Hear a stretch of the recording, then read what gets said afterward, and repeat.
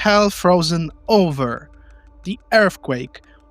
Those are the titles, the news titles that we can read about Andriy Yermak, the head of the office of the president Volodymyr Zelenskyy of Ukraine, has resigned, and there is a big corruption scandal in the background. Now, what does it mean? Why did he resign? And what's going to be the future? And why is it really that important? This is Black Sky. Let's begin.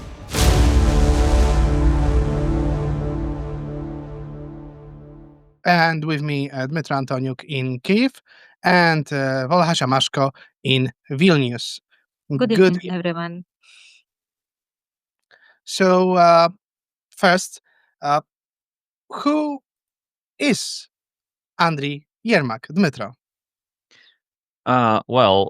As a citizen of, as a dweller of Kyiv, a native dweller of Kyiv, I can say that he's my neighbor because Andriy Yermak comes from Kyiv. He studied in Kyivan University of Shevchenko. He studied international law, and starting from 2007, he was an aide to one of the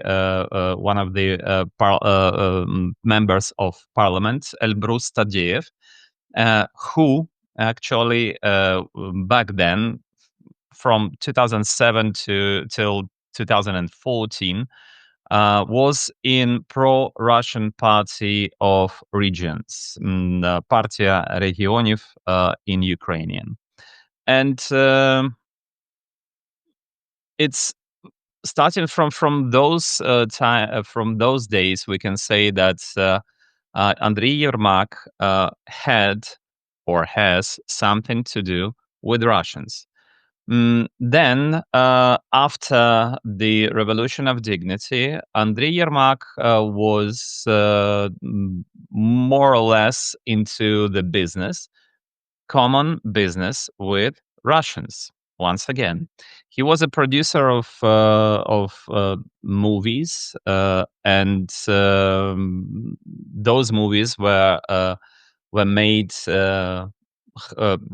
on the money that came from both sides, from Ukrainian and Russian side. And that's how he actually met Volodymyr Zelenskyy, the president, the future president of Ukraine, and how they got into contact. Andriy Yermak became a head of the office of the president, or the former administration of the president of Ukraine, in 2020, after another Andriy Bogdan, who was also, so to say, a sly figure in the entourage of Volodymyr Zelenskyy, because yes, some investigators said that he had also something to do with Russians, and that business that Andriy Yermak had with Russians led him to have some ties with people even close to Vladimir Putin. Thus, also, it somehow explains that Yermak was behind all the hidden negotiations between Kyiv and Moscow in times when Volodymyr Zelenskyy was already in the office. One of the scandals or affairs was in the country of Oman, when Volodymyr Zelenskyy flew there with Andriy Yermak and supposedly met there with envoys of Vladimir Putin. And when the Russian aggression broke out in 2022, many people said that perhaps they agreed in Oman to somehow divide between themselves Ukraine, or that Volodymyr Zelenskyy should become a puppet of Putin, like it was in times of Viktor Yanukovych. Then there was another affair with mercenaries of private Russian war military company Wagner, when they were. It was an operation of Ukrainian secret service, and they should have been caught, but somebody warned them in the last in the last moment, and they escaped from this captivity. And again, many people said that it was made by Andriy Yermak. Starting from 2022, Andriy Yermak was a shadow of Volodymyr Zelenskyy. He was always there behind him in all the most important meetings and visits abroad, here in Ukraine, everywhere. And again, many politicians and many journalists, independent journalists, said that Andriy Yermak was responsible for having under his influence all the some of Ukrainian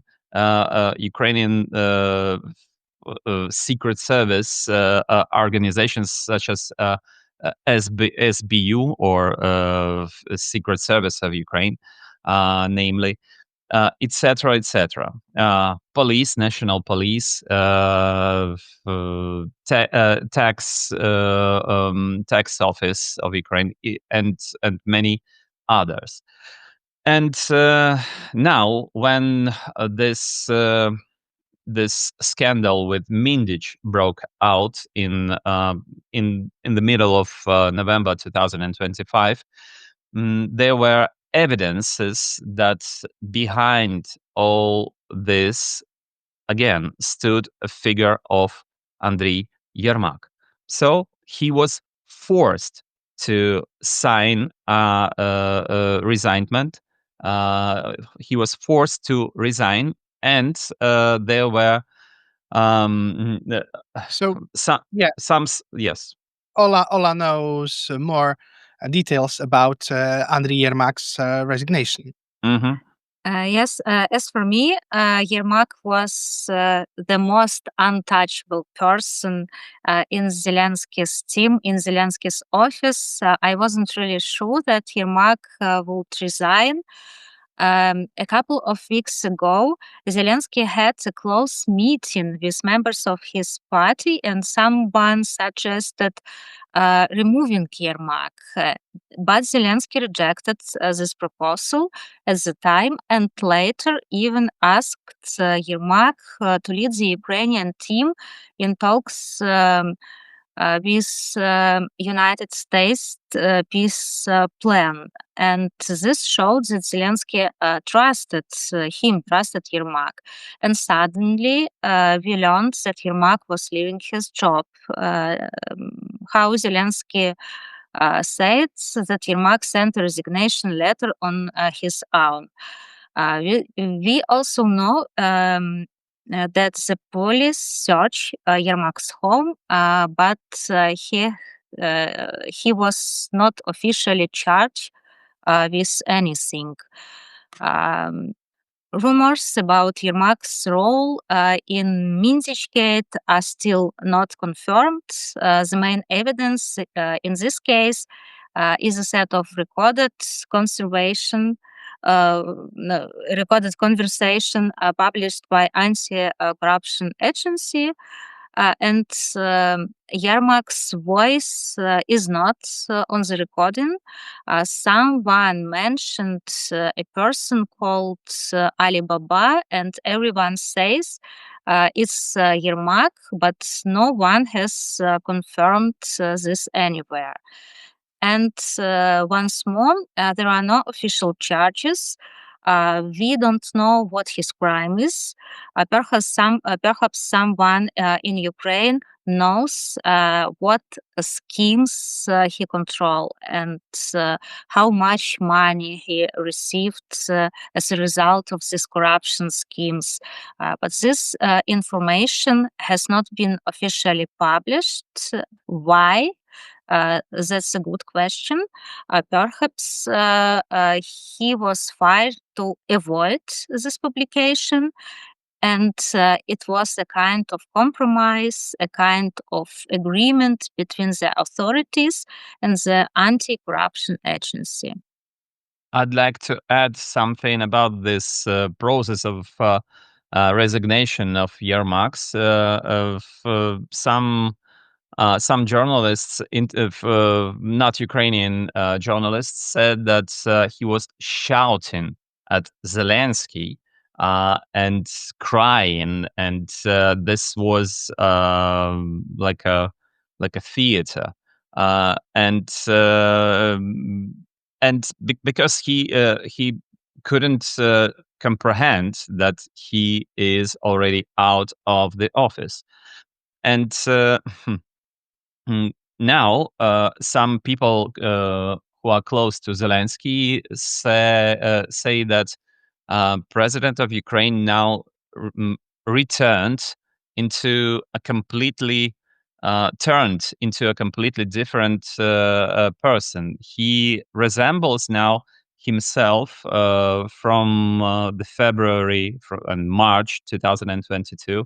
He's eager and willing to act on his own, and he is full of energy. Whereas when Yermak was still head of his office, Zelensky was completely different person, and even his voice in the presence of Yermak was different. So that's what is said by the journalists from abroad. So yeah, Yermak rose to be some people say second person in the country after Zelensky. Some people compare him to vice president of Ukraine, even though this function does not exist. There is no vice president of Ukraine, and Yermak never was vice president of Ukraine.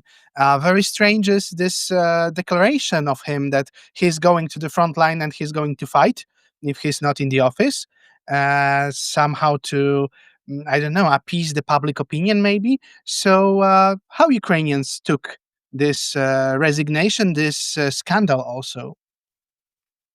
Well, most of Ukrainians, first and foremost, most of Ukrainians do not think that Zelensky was unaware of all those things that happened behind him in his office, maybe. And that maybe Yermak was in charge of all this huge amount of corruption. So this is a big strike on Zelensky's reputation. We do not, again, most of Ukrainians, and there are some already public opinions collected. Most of Ukrainians, again, do not trust Andriy Yermak, and his resignation was one of the demands I should remind to you during summer's protests in Kyiv, when a lot of youngsters in the first place went out on the central streets of Kyiv near the office of President of Ukraine and demanded resignation of Andriy Yermak. nobody demanded the resignment of Volodymyr Zelenskyy, because we understand that it's a wartime. We do not have the elections. We cannot have any other president. We have Volodymyr Zelenskyy, and we have to support him, although he may or may not be likened by many people.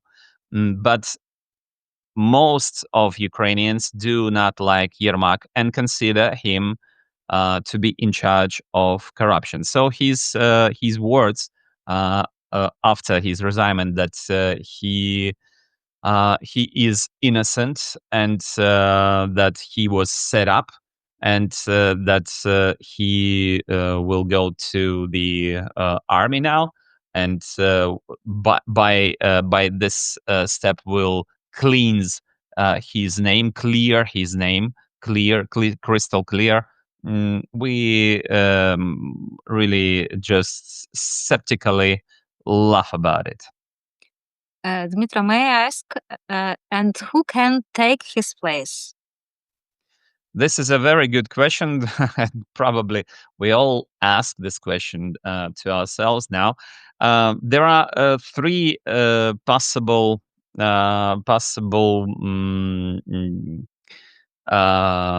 Candidates.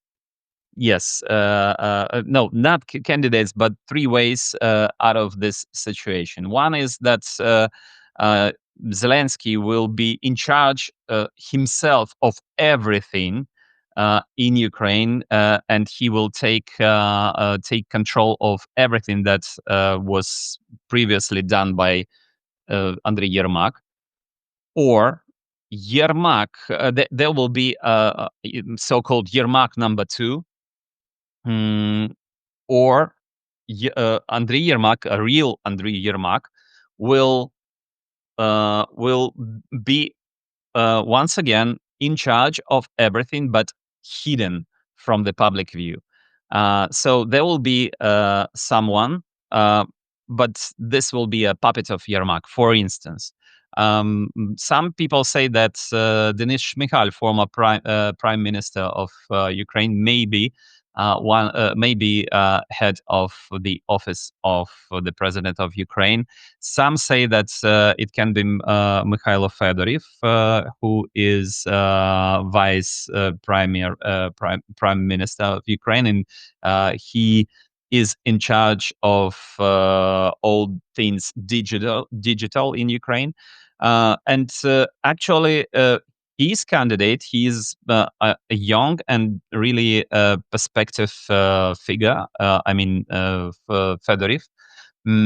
His candidate, is considered by many Ukrainians the most favorable one, the best one, to say so. But maybe Denis Shmyhal, who never was spotted in any scandals, corruption scandals. Maybe he himself could be possibly not a bad candidate in the office of president of Ukraine. Ola, tell us what happened, because it's not only the resignation of Yermak, but there are some events that follow. Yes, what happened after Yermak's resignation? It's a very good question. We are now seeing several attacks on tankers that belong to Russia's shadow fleet in the Black Sea. And what is Russia's shadow fleets? There are ships that transport Russian oil while trying to avoid international sanctions. And before this resignation, there were no attacks on civilian ships in the Black Sea. And some people say there was an informal agreement between Yermak and Moscow. Russia would not attack Ukrainian ships carrying grain and other goods from Odessa, and in return, Ukraine would not attack Russian civilian ships. I don't know if this is true, but many experts are talking about it. This attack started after Yermak's resignation, after Yermak left his position. It's also possible that Turkey, which doesn't want any dangerous incidents in the Black Sea, supported such an agreement. And we also don't know what other agreements Yermak may have had or with whom. And what will happen to these agreements now after his resignation? The new person who take his place may have different ideas about military actions. And we know that part of Russia's shadow fleet is in the Baltic Sea. And today I saw an information that Estonia has called on Ukraine to avoid striking Russian ships in the Baltic Sea because such actions could lead to an escalation of the situation in the region. Very, And very strange that Estonia claims that from Ukraine. And by the way, these attacks on Russian Shadow Fleet happened not only in Black Sea, but we record this on the 2nd of December 2025. Today, I saw an information that another ship of the Shadow Fleet was attacked near the coast of Africa in Indian Ocean. So this span of attacks on Russian Shadow Fleet expands. this is also a question: what point does it? How does it change the situation about the peace negotiations? Those attack on Shadow Fleet can strengthen the Ukrainian position in those negotiations.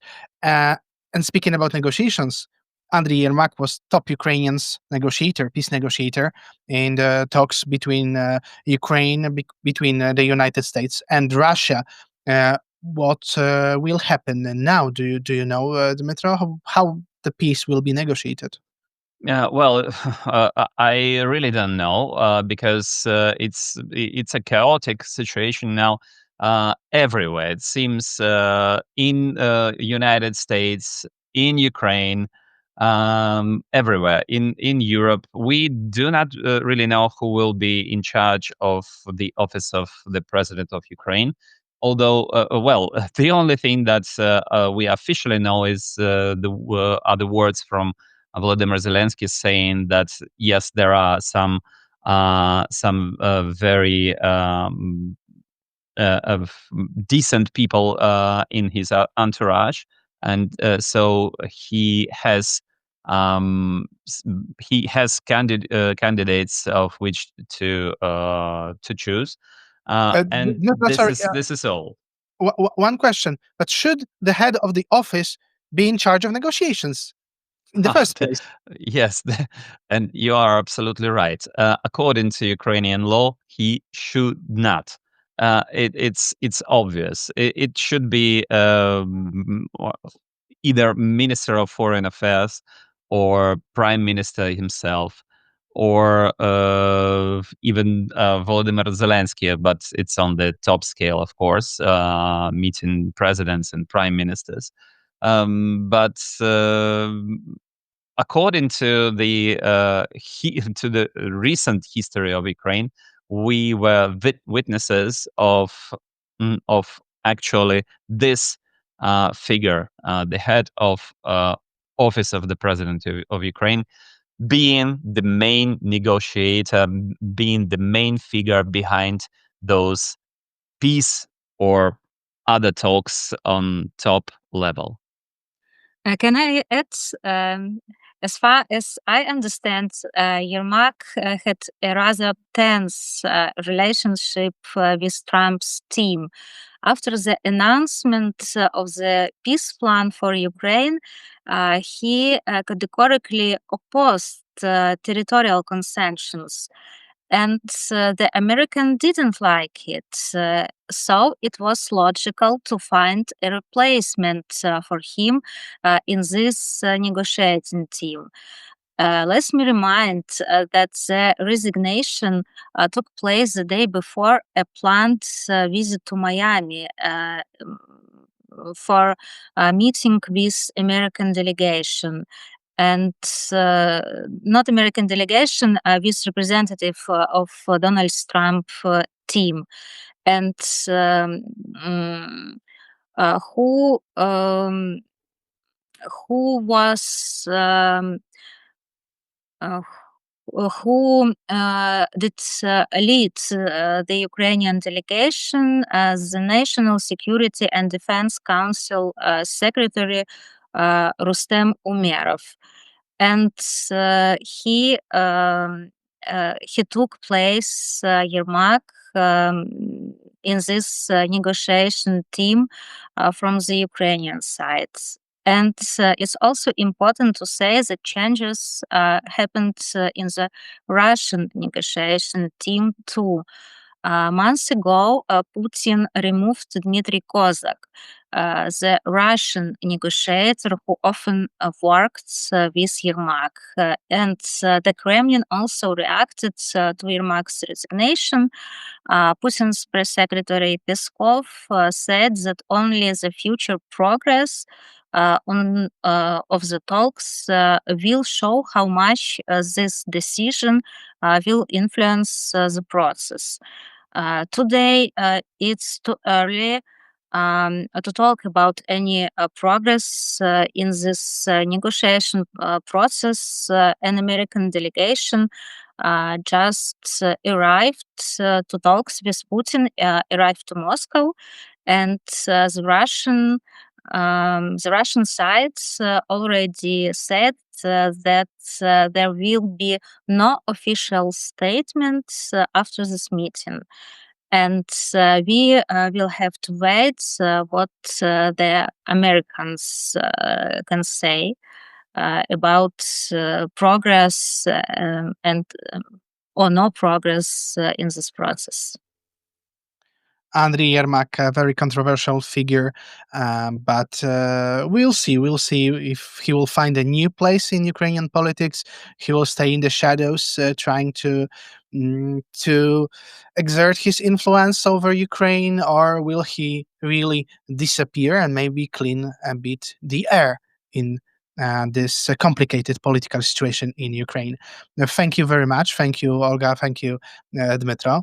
And if you want to know more, if you want to follow the situation in Ukraine, please subscribe, like our videos, share them, and comment on them. This was Black Sky. Goodbye.